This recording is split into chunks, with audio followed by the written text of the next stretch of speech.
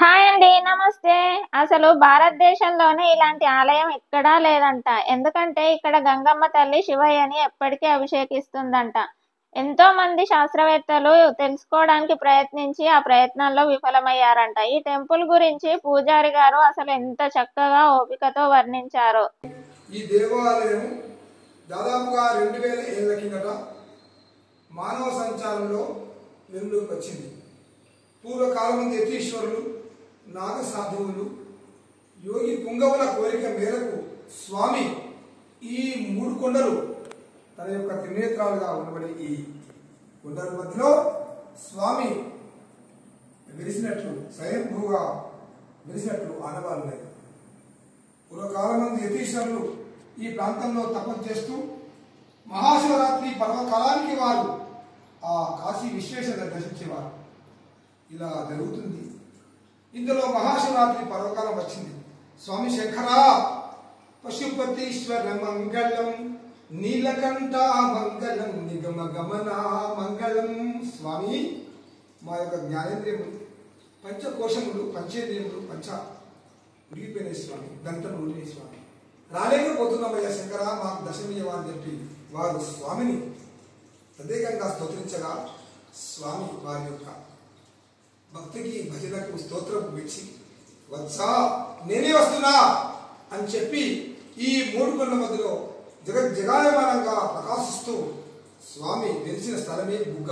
బుగ్గ అంటే 24 గంటలు 365 రోజులు స్వామిని ఎల్లప్పుడూ కూడా ఎడతెగకుండా స్వామిని సేవించే క్షేత్రం బుగ్గ. ఈ విధముగా 24 గంటలు 365 రోజులు కూడా స్వామిని ఈ విధముగా సేవించే క్షేత్రం బుగ్గ. ఇలాంటి దేవాలయం దాదాపు తెలంగాణ, ఆంధ్ర, భారతదేశంలో కూడా ఇంత గొప్ప దేవాలయం లేదు. కాబట్టి శివుడంటే ఆయన ఆలాహలం వెంగి మనందరికీ కూడా అమృతాన్ని వచ్చిన మహానుభావుడు పరమశివుడు. ఆయన ఒకసారి క్షీరసాగర మథనం జరుగుతుంది, అందులో విషం పుట్టింది. దాని తర్వాత అమృతం పుట్టింది. ఆ విషయాన్ని, ఆ అలాహం చూసి బ్రహ్మదేవుడు, విష్ణుమూర్తి, ఇంద్రుడు, సకల దేవతలు భీతిని చెంది శంకరా చెన్ని కైలాసము జొచ్చి శంకరుని వసత్వరం చేరి, అక్కడ పోయి శంకరా నీవు తప్ప ఆ యొక్క అలాహారం ముట్టుకోలేమని చెప్పి స్తోత్రం చేయగా స్వామి నీవంటేదయా శంకరా అని అగ్ని ముఖంబు పరాత్మకము ఆత్మ కాలంబు గతి, నీ గమనమే కాలమయ్యా శంకరాన్ని కొనియాడగా స్వామి ఆ ఆలాహాలను వెలిగి అమృతాన్ని వచ్చిన వాడు మహాశివుడు సరాసరి వచ్చి ఆయన బుద్ధక్షేత్రంలో కొలువైన. అప్పుడు ఆ యతీశ్వరు శంకరా నీ గంగాదేవి వాళ్ళయ్యా, ఈ కొండలు ఈ గుట్టల మధ్య ఎక్కడయ్యా గంగా అని వారు స్వామి వేడుకునేసరికి స్వామి ఆజ్ఞ మేరకు గంగాదేవిని ప్రార్థించారు. ఎవరు? ఆ యొక్క యతీశ్వరుడు. దేవి సురేశ్వరి భగవతి గంగే త్రిభువన తారిణి గగన తరంగిణి. ఆ స్థలంలో నుండి జాలువారుతూ ఈ ఉత్తరంలో ఉద్భవించి అమ్మవారుగా ఈ విధముగా స్వామి సేవించింది. అంటే శివుడు చల్లబడ్డా ఆ విషయాన్ని మీరు మఠలేసే ఆయన యొక్క చల్ల దవాగ్ని ఆయన యొక్క దేహాన్ని, ఆయన యొక్క ఆత్మను చల్లారిందట ఆ గంగాకి. అప్పటి నుంచి ఇప్పటి వరకు కూడా 24 గంటలు 365 రోజులు కూడా స్వామి ఈ విధంగా సేవిస్తున్నది. ఇలాంటి దేవాలయం దాదాపుగా తెలంగాణ, భారతదేశంలో కూడా ఇక్కడ లేదు. 200 దేశాల్లో కూడా ఇలాంటి దేవాలయం లేదు.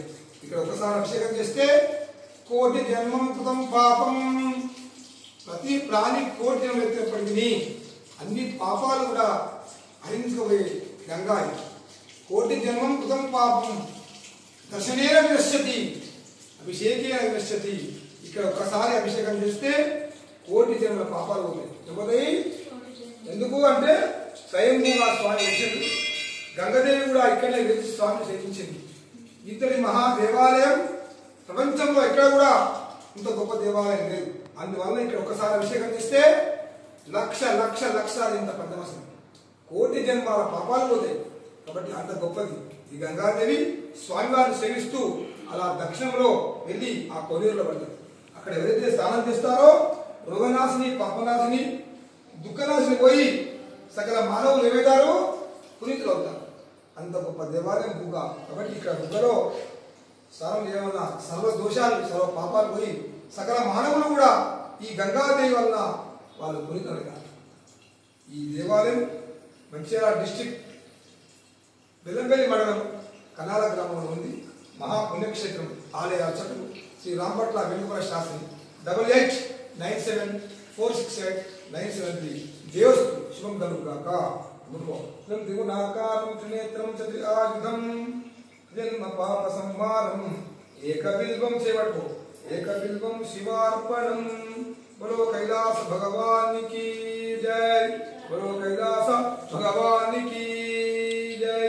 360 ఎల్లప్పుడూ స్వామిని సేవించే క్షేత్రం. మహా గొప్ప పుణ్యక్షేత్రము బుగ్గ రాజరాజస్వామి క్షేత్రం. బుగ్గ అంటే 24 గంటలు స్వామిని బుడబుడా బుడబుడా అని పొంగి అభిషేకం చేసింది. కాబట్టి ఈ బుగ్గ అనే పేరు వచ్చింది. బుగ్గ అంటే బుడబుడా బుడబుడా బుడబుడా బుడబుడా బుడబుడా బుడబుడా అని పొంగి పడి స్వామి చూపిస్తుంది. శుభం.